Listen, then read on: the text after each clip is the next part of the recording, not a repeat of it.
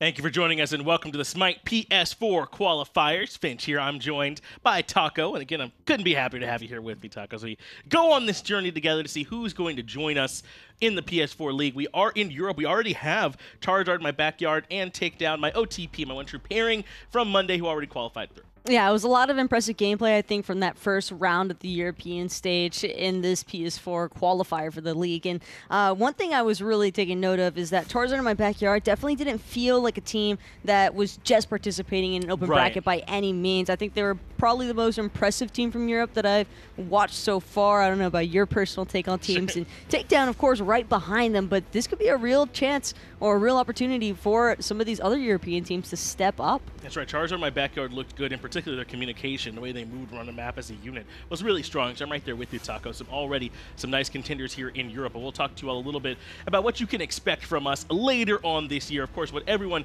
is working towards is HRX. That way you can grab those tickets right here, right now, and come join us at the big event at DreamHack this time, November 16th through 18th at hi-rezexpo.com. And fortunately for you guys, like Finch just mentioned, all you got to do is buy the ticket, but you might get a chance to meet some of your favorite players. All depends on if they're going to be able to qualify, and if they do, well, I'm sure you'll be pretty excited to meet them. I know it's always a really good time whenever you get all the pros in-house and finally get a chance to see them in the way that they get to just interact in person. That's right. You get to see the players, coaches. You get to see Alpha Jackal being incredibly nervous watching Rival play through. My man is never at ease, it feels like. I can't blame him. Hazer, it happens to the best of them, man. True. Biggie, Hazer, Alpha. I mean, I cannot blame them in the slightest for getting a little bit nervous watching their teams perform. It's so great because you'll walk by him and he'll be like, I didn't tell them to pick that. And he's just like super mad back there, like, why are they making that? No, it's great. You get to see all that stuff that's going on there at the event live. We'll be there too. Of course, all the casters, some of your favorite people from hi-rez come and meet us as well. And we'll all be there together enjoying the best of the best, competing it out for not just Smite, but console, for Paladins consoles, a ton of stuff. But again, we've got an event happening right here, right now. So we'll go ahead and take a look at exactly what we can expect here from those standings. Again, we did already say which two teams made it from that Group A. That was Takedown and Charizard in my backyard. We're in Group B. We're going to be seeing Team Pub and Afreeca Freecs, of course, as the first set.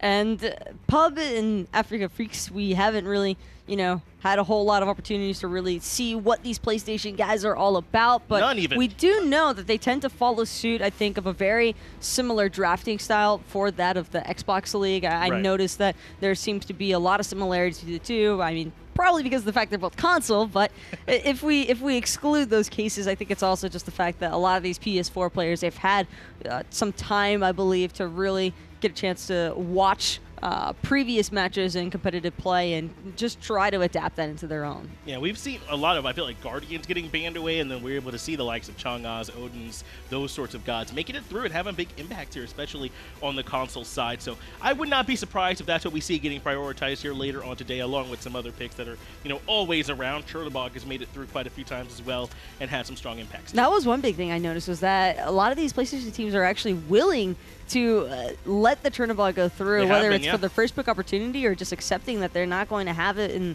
the enemy team will be able to snag it up. But whenever the Chulainn is left open, I do feel like he's not the only god that's a priority pick left in the mix, because you can't really afford to ban out everything and not give yourself a couple of those options also. Yeah, we've seen some teams start to kind of maybe not ban the top stuff and just kind of ban some things they don't want to deal with. That way there's enough stuff left at the top end, like to create a pool for them to pull from, so that even if they're first pick, they can still maybe come back around and grab some high priority stuff. So we've seen some very interesting picks and bans so far, and already we're off to an interesting start. Artemis has been so highly valued lately. She's been taken off along with the Zhonghui. You can't say I'm too surprised to see that either. Zhonghui just gets so many protections inside of that ultimate. He can be really difficult to deal with, so rather than try and deal with him, even in that first pick selection, Team Pub, they're just going to choose to ban that one away. I like that Afreeca chose to get rid of the global presence factor, or at least eliminating it from the Athena and Chulainn perspective.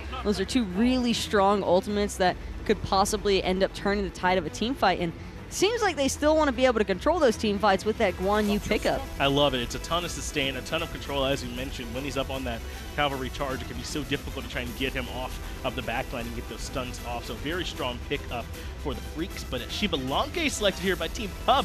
I like this one. I mean, Xbalanque maybe has fallen off a bit, but his passive is still nuts. The Darkest of Night still one of the better team fighting ultimates you could have, especially from the Hunter position. I mean, still a great dual lane they picked up. Hunters have definitely become a lot more familiar with how to properly handle Xbalanque in the lane. You pretty much just give yourself enough spacing away from the wave so that branching bola doesn't get to just slowly tick up over time and funnel into that passive for the Xbalanque. But one factor I do really like, not only are they adding the Sylvanus to make sure that the Xbalanque is going to have no issues with clearing during that initial laning phase, but the Batz pickup also, a Fear No Evil is such a strong such a strong ability that you can utilize throughout some of these team fights, throughout some of these jungle engagements, especially when you're never certain of which direction the enemy team is going to approach you because they have it through space and time. It's very, very strong for Pub here. The Wrath of Terra, the Darkest Knights, and the Fear No Evil all kind of working together makes a really strong team fight for them. And as you said, if a whole bunch of the Freaks come through the portal all together,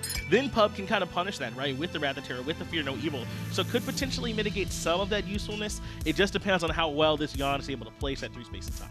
Interesting, though, how the Freaks actually chose to ban away the Raw. They're still looking for a little bit more of that sustained factor, though, bringing in the Terra to the composition. So now you've got Guan Yu and Terra. There's your front line established. I like that there are some peel and initiation opportunities, but the initiation does feel a little bit weak right now for Freaks. They're going to be reliant, I feel like, on through space and time to cut through all at once. Instead of maybe I just blink in and cataclysm you, it's like we all sort of suddenly show up, and what could you really do about it? We'll see if maybe that's what the Freaks are looking for. But Raijin has come in for Pub, along with that Chulainn, very strong solo, very strong mid. That Raiju Percussive Storm combo, especially early, it's so much damage, it's so hard to avoid. And Ravana actually going to be the god of choice to finish rounding off this Afreeca Freecs draft. And I think that was a very necessary pickup as well, Finch, because you've got a little bit of burst damage, a little bit more of that initiation peel potential from adding another warrior into the mix. And whether or not they choose to leave this Ravana as a hybrid type of build or maybe just for the full damage route, it'll still be useful in terms of being able to really sit on top of that Raijin. It's really going to be strong for them because we were just saying how maybe they didn't have the best initiation tools. They certainly have some. I mean, Guan Yu can go in the cavalry charge all the time, and a wall from Terra really can help set things up too. But when Raijin just kind of dunks on you with that Mystic Rush and now you're suddenly rooted or slowed, that really can get the ball rolling or force out some Kiris and just make the job easier for the rest of the Freaks on the side of the red side here, the Chaos team. So we'll see just how much work. I assume this is Battomancha? Is that really what we're getting at? No, Battomancha? Yeah. Call him Bat. Batman, if you want to exclude the middle part. But Unbots is here, right? So we don't want to be confused with who's Bats or Bots. Yeah, but he's the Batman. Okay, we can call him the Batman. He does kind of dunk in on you from above, like Batman would. That's Mystic Rush is the perfect utility. Speaking of perfect, hello? This is perfect for Afreeca Freecs as they're going to find the first blood, and FirewwGod with the last blow on that Sylvanus. It might not even be over just yet. cordiaxiz could possibly get taken out too. He was already playing Hachiman, but he turned out to be a FirewwGod indeed, getting the first blood for the Freaks on the side of the Chaos team, already putting some trouble into the dual lane. Hachiman and Terra getting off to a really good start here, Taco, and that was really them playing defensively around their own buff, and nCobbY and cordiaxiz just kind of come a little bit too far forward. Yeah, it really felt like Pub's dual lane was trying just a little bit too hard to force that buff invade. Xbalanque does not have the greatest secure. I would definitely favor the Heavenly Banner over Xbalanque's branching bola secure. Right. And now, because of that Sylvanus death, nCobbY's left at level 1. FirewwGod and mrsacx are going to be able to invade this purple buff, but they might get some help here from Tilt thanks to Plasma. This is going to be a really good rotation from the Unbots. A nice pull comes in from nCobbY, but it's cordiaxiz once again who's in a little bit of trouble. FirewwGod this time, though, can't stand in the 2v3. He falls early. mrsacx going to be next. Double kill for Plasma off the rotation on the Unbots over to the dual lane. Don't have to worry about that Xbalanque again. The last hit, since it's the damage that ends up building into the passive. That's right. Nowadays. So Plasma, this is a very ideal start. At first it looked like Afreeca Freecs were going to have a very clear advantage over there in the dual lane, but they fall victim to the same thing that put Pub's duo lane behind in the first place. It's something about these purple buff invades, Finch, that these teams don't want to seem to let go of. And they were really getting out-rotated. I was looking over and I was like, oh, Raijin's going to come over to try and make this even 3v3. No, Raijin was going to come over to make it a 4v2 and make matters even worse for Pub had they even needed it. So I think they truly were just dead to rights. Afreeca Freecs in this situation getting a little bit out-rotated, and Team Pub are the ones who come out on top.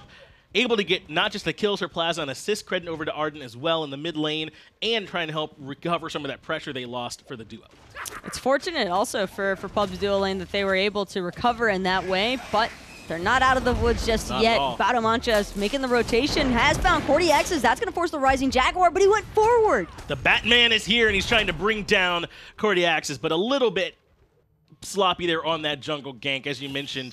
Kind of get dodged out there by the Rising Jaguar from cordiaxiz, and they can't lock him down, so he's had to fall back. Cheeky last hit steal there from GunTeR on the Janus. That's going to give him level 5. Ardent Scott will tick 5 also on the Raijin, but he's still going to have to wait just a little bit longer. Doesn't have the mana sustain in the lane like that of the Janus. Been struggling a little bit more, I think, with clear just because of the mana control problems.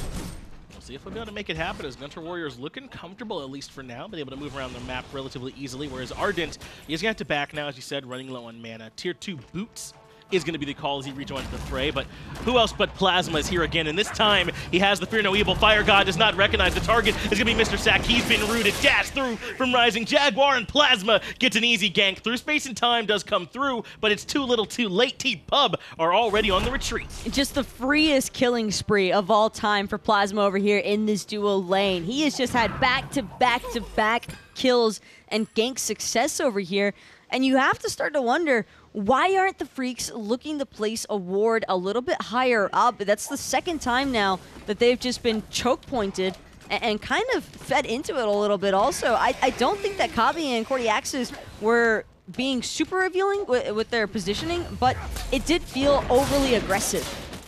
Yeah, and I get what you're saying, because they really didn't move that far forward. It's just that they didn't have enough information. If you don't know where he is, then you kind of can't walk all the way up to the middle of the lane like that, but they get punished. But I mean, Taka, you know how sometimes, like, you know, your family dog like has like puppies and you can't keep them all, so you might like have like a sign outside that says free puppies, you just come pick them up. It says free kills over here in duo lane, and Plasma's just been rotating by, grabbing him when he needs him and leaving. So far it's been very easy for him to just sort of get off to a good start. And it's obvious that Battomancha is trying to match this to an extent, but the couple of rotations that he has had over into this duo have not had the same sort of success as Plasma. Right. It's just been so difficult for this Ravana to really be able to trap cordiaxiz or nCobbY. Their only real deaths coming from overextending into Afreeca Freecs' purple. Well, he is at least going to come down and strip away this red buff, so if he can't make his presence felt with an actual gank in lane, he can at least sort of try and strip away the jungle and keep things even. Plasma going to recognize a little bit too late this has already been done. And he's going to come back over towards the duo lane, but mrsacx and FirewwGod are not there. He won't be able to come over and do his customary kill on that duo lane that he's set up so far, and instead he'll have to rejoin mid, where GunTeR's hanging out. I like seeing those little moments of aggression, though, from Freecs still. They're clearly not all that swayed from trying to go a little bit further, see what they can really get away with inside of the jungle of Pub. If you're not on point with those buff spawn timers, then you're probably going to end up losing them. But we're at a stage now, I think, with competitive play across console where you can't ever feel comfortable. Not at all, even when you do get off to a few kill leads, because the Afreeca Freecs are actually a little bit ahead in gold for what it's worth. It's still very, very even here at this point in the game. So even though Team Pub have those 2 kills out in front of the Freecs, it really hasn't lent itself to any kind of advantages just yet in the game. So there's no reason for them to feel discouraged. In fact, GunTeR Warriors a little bit ahead XP-wise over Ardent. He has been all game. Janus tend to do that, so they certainly still can compete.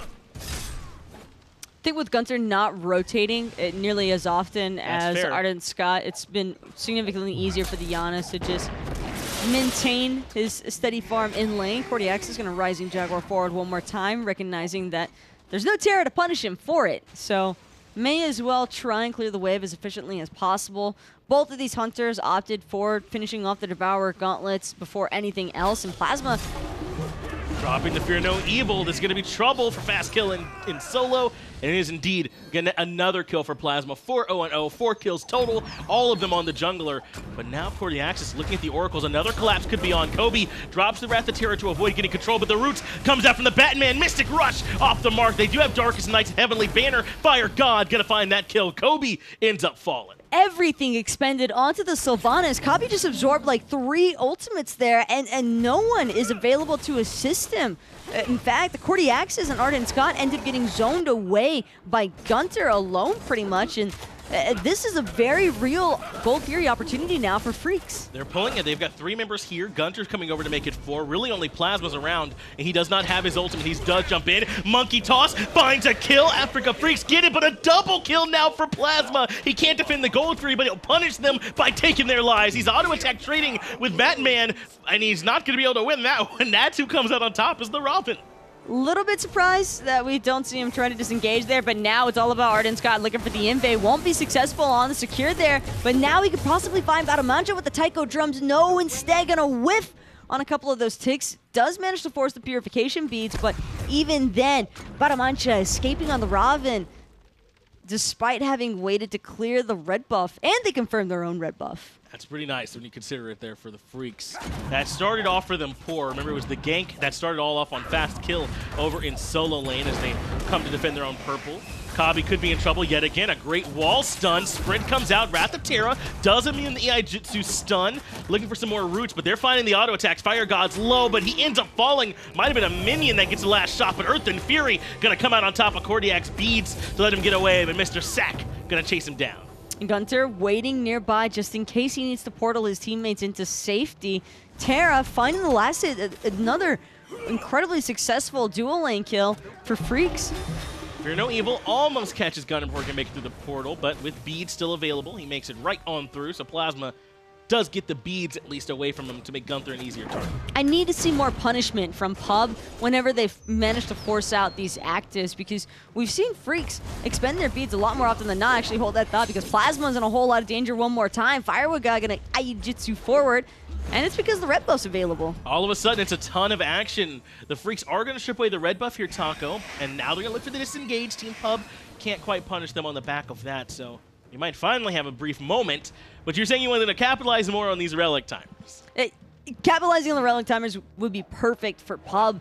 We see Plasma and even Ardent Scott to an extent forcing out these beads, and yet there's almost no follow-up. There's very little punishment against Freecs. It seems as though Pub kind of just are forced to sit back and wait until that Fear No Evil is available again. Freecs have kind of realized that nCobbY is a giant immobile Sylvanus. If you just surround him with 2 or more members, it's going to be somewhat similar to what's happening to Chulainn right now, as Senna getting completely controlled by the Ravana Guan combination. Yeah, caught in a whole lot of trouble. Mystic Rush is more than enough. Stamps him out right then and there. Is going to be the Batman himself with another kill over in the solo lane this time to return the favor for Fast Kill, who ended up taking that spill. I have a question, Finch. Yeah. Whenever you see the X's, do you assume that it's an I, A, or an O? I mean, it just depends. I mean, this time I'm hoping his name is Kana because I think that would make sense, but I have no idea, if I'm being honest with you. Usually, if I see someone with X, a bunch of X's in their name, I just assume they're irrelevant, and I don't even look at them or talk to them. Ooh, I can feel that one. Speaking of feeling things, Fast Kill might it just be that for Plasma. A very fast kill onto this Guan Yu. Doesn't really have a whole lot of protections online just yet. Even with the Breastplate of Valor, still not enough, and cordiaxiz just losing this boxing trait so miserably to FirewwGod. And, well, one by one, we see a lot of picks occurring from different parts of the map, and I'm a little surprised, quite frankly, Finch, that there's so much aggression, but it feels very loose. It has been directionless is the word I would use, right? It's just been fighting for fighting's sake, as nCobbY does drop down the Wrath of Terra again so he doesn't get controlled, giving him a little bit of CC immunity. Not going to be able to find him beyond the tower, so nCobbY is going to be able to survive, but the rest of the Freecs are going to move into the jungle and see what spoils they can grab. Looks like they're going to be able to get the purple buff, but that's just about it. Freecs have been better, I feel like, about finding objectives than Pub has after these fights. Freecs have also, I think, been a lot better in terms of picking when to fight. We saw a lot of early engagements out of Pub, but it was just so soon into the match where they didn't really have the damage online just yet to secure an actual objective, and they weren't able to capitalize on Freecs' jungle either because Freecs did such a great job clearing that out. That the only real advantage those picks gave was a couple of creep waves uncontested. And these mid-mages have not really been rotating much. I mean, they're down near the bottom of the player damage charts, below the supports, and only 1 assist apiece. They really haven't been a part of, despite all the fighting that's happening, the mid laners haven't really been there for much of it. It's been happening on these side lanes so often that the Raijin and the Janus have been able to focus a little bit more easily on farm. But this fight, though, they should be able to be a part of. nCobbY takes the unstable vortex to the face. Ardent Scott sends them all away, and that's all there is. Looks as though that Raijin fell short, so the percussive storm won't have a chance to connect onto it.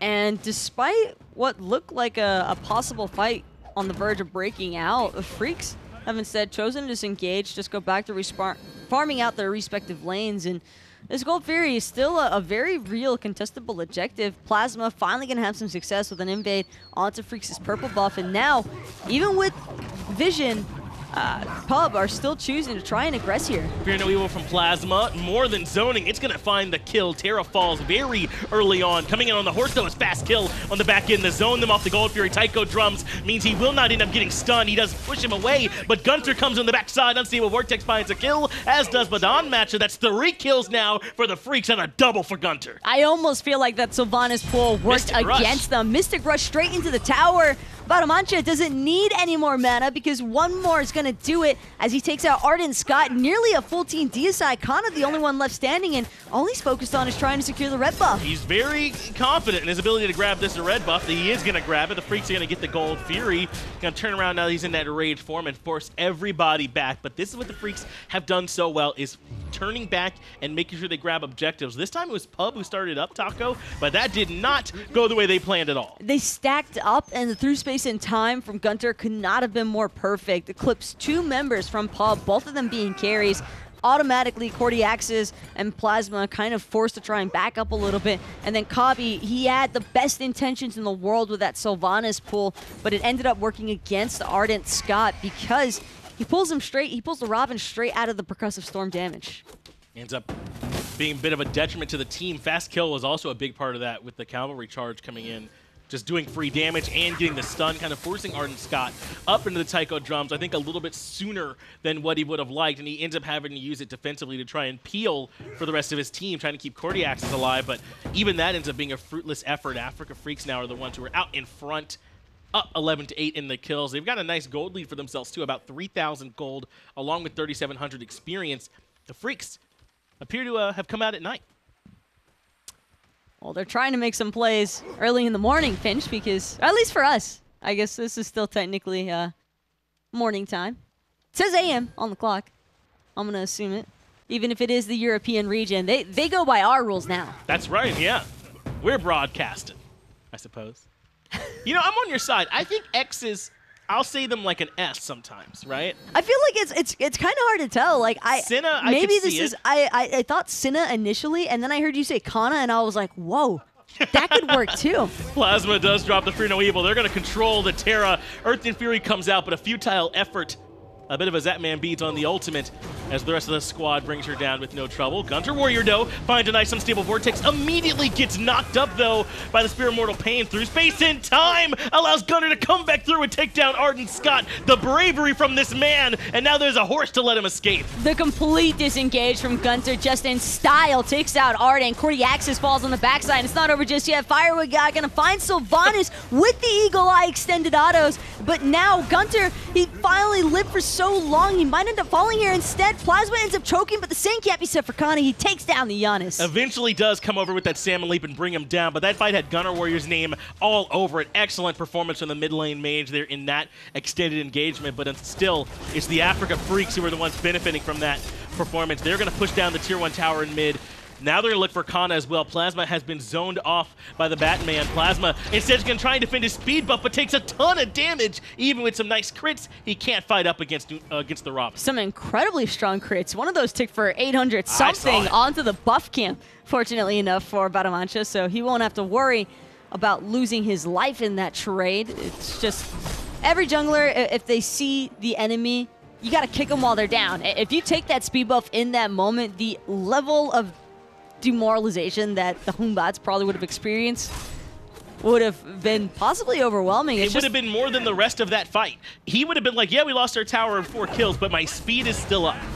Exactly. Yeah. No, that's actually everything to a jungler. I agree. Probably would have been by far the most egregious part of that team fight had it actually fallen into the hands of Freecs' Ravana. Instead, Plasma looking for aggression now with the GunTeR, knows that he doesn't have the beads, and that was the perfect level of aggression. mrsacx actually going to get caught out of that Terra dash, and a beautiful double kill there for Plasma.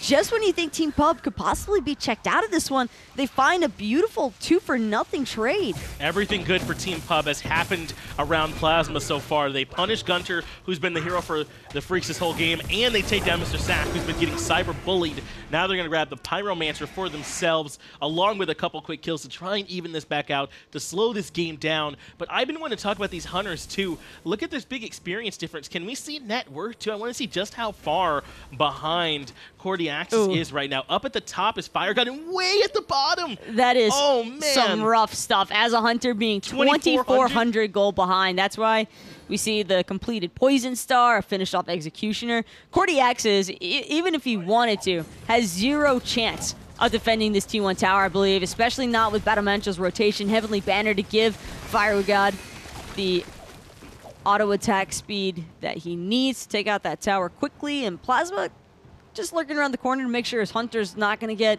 extremely dove there, but it's just the Hachiman is so incredibly far ahead. A lot of these team fights have been kind of close, Finch, and with Pub being able to find 2-for-0 picks, if they can continue to repeat that, they might be able to bring themselves back into this one, but more importantly, somebody has to give cordiaxiz a significant helping hand right now if they want to get their Xbalanque back on track. Yeah, he might need to close Smite for a moment and pull up Farm Simulator and just try and get back into this game as nCobbY has again been caught out. Plasma blinking over the wall. Fear no evil. GunTeR is his target yet again, but not enough to bring him down this time. Fast kill rotates in on top of the horse. nCobbY gets caught out yet again, but also Batman on the right-hand side is a little bit of trouble as Kana chases him out.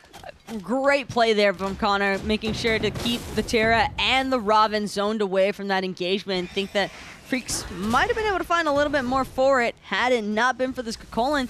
And now Kana might be choosing to address this Hachiman that's been a nuisance for so long in this game.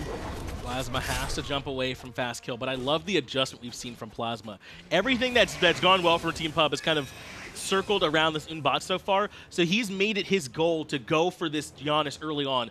Gold Fury's down to about half HP. They can't let this continue for free. It's basically just FirewwGod and mrsacx here. They do force him to leash it, and now they have to fall back as the Freecs are going to surge forward. Mystic Rush any moment now. That's all that I am expecting to happen. Speaking of which, Kana seems to be the ideal target. Percussive Storm over the wall will connect onto mrsacx. Does some decent enough damage, but it's not enough when you consider the level of sustain that Freecs have at this stage.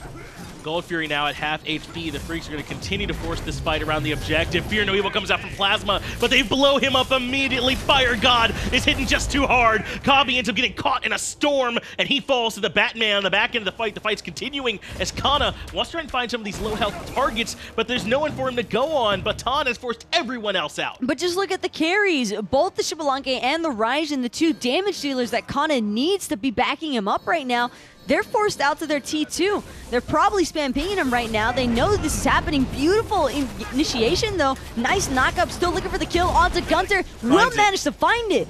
But he is going to end up paying for it with his life. At the very least, they've been able to slow this Janus down. The Gold Fury does go over to the Freecs on the back end of that. They won the fight rather handily as well. GunTeR basically the only one that ends up falling now. A 6,300 gold lead for the Freecs, 8,300 experience. It's really getting difficult for Team Pub to fight into this.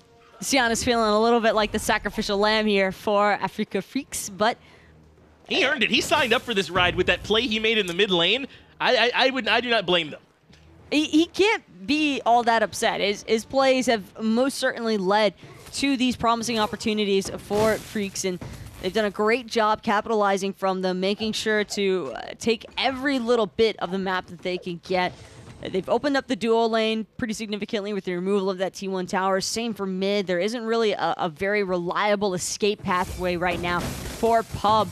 The only choice that they would have if they choose to try and contest Afreeca Freecs over on the solo lane side is running to a half-health T1 tower. And even then, you can't feel very safe 22 minutes and climbing into a match underneath a half-health T1. And Taco, to this point in the game, they start talking about how there's really not much safety available for them. Have we seen really the Freecs rely that much on their sustain yet? It's been nice in these prolonged fights around the Gold Fury, but things could get worse when we see the Fire Giant dance, when sieges start happening. I mean, the Guan Yu, when you put that with the potential that Terra has to provide, and a little bit of healing, too, to go along with it. I mean, yes, Team Pub has Sylvanus, but I mean, the Freecs are going to have that up all the time. Are Pub going to be able to fight along with that sustain? That's the one thing that I've also been taking note of, Finch, is that it doesn't really feel as though we've been seeing a whole lot of Guan Yu spam healing or the Terra spam heals. We've seen some really nice Earth and Furies, pretty well timed there. I think that we've also seen some really nice initiations from Fastkill, but yeah. Overall, they have definitely not been relying on their team sustain. That's just another bonus. It's like a bonus factor for them. Another win more condition, essentially, that they haven't really had to make use of. Well, trying to mitigate some of that is Team Pub. They definitely have itemized into the anti-heal. They have Pestilence, Brawlers, Divine Ruin, all available. So to do the Freecs, they've got some anti-heal available to them as well. And taking a look at that healing, yeah, about 4,000 from Fastkill so far, only about 1,000 from mrsacx, so not a ton, but it's definitely been there and it's been relevant as Pyromancer goes down. No way for Pub to come in and fight that one. In fact, they're going to move right over to the Fire Giant. Cordiaxiz is looking to try and farm up that dual wave. They're going to chase out Kana. The wall stun's going to land up onto the horse. Goes fast kill. He does use the ultimate, but too early, and he ends up getting stunned out anyway. GunTeR punishes up, and they find the kill. But Plasma takes the tier 1, and the tier 2 is being threatened as well. Pub might as well just keep still pushing at this point because they're going to end up losing this Fire Giant one way or another. Ardent Sky could potentially pose a threat here, but Freecs are just burning this Fire Giant. It does not seem as though the other 3 members from Pub are all that interested in defending. Speaking of which, Fastkill won't even allow cordiaxiz to get that T2 in the dual lane, possibly chasing down the Xbalanque. This is a very clean win for the Freecs across the map. Really what they give up, the tier 1 tower, the Fire Giant, what they grab, along with Kana. They send him back to base 2 with a very nice collapse from the whole team, and defend their tier 2 tower. So now the Freecs are opened up to do exactly what we were just alluding to. Siege with the Guan Yu, which feels pretty good. They didn't even need Fastkill to finish off that Fire Giant. I'm surprised that Plasma chose to not be the one trying to contest, because Fear No Evil, by far, one of the best abilities in terms of steal potential on a Fire Giant. It certainly would have maybe prevented Afreeca Freecs from being so I guess headstrong on the matter, because they go straight to the Fire Giant, kind of just taunting Pub into come challenge us for this. But Pub, not willing to take the bait, still feel as though in their current situation, you know, you're kind of damned if you do, damned if you don't. But I think I'd rather see them go for the what-if scenario of trying to steal the Fire Giant. Or at least not let the Freecs grab it so freely, right? As you said, they really seemed as if there was no chance they weren't going to be able to confirm it, and were able to play that way as Plasma continues to push up the mid lane and try and grab the tier 2. Meanwhile, the tier 2 in right has already fallen. Plasma recognizes he has to come back to defend this Phoenix. The Freecs are going to force the issue right away. Blinking in from Kana. He is going to get the knock-up, but Fastkill goes right up under the horse to deter everyone away. Tycho Drums comes out. That forces everyone back. Fear No Evil a little bit off the mark, and Plasma paid for it with his life. He's too far forward, Taco, and the 3-man wall comes out from mrsacx. There's space in time. Takes cordiaxiz out. Unstable Vortex gets a triple kill. Coming out for the mid lane mage. Afreeca Freecs win the fight front to back.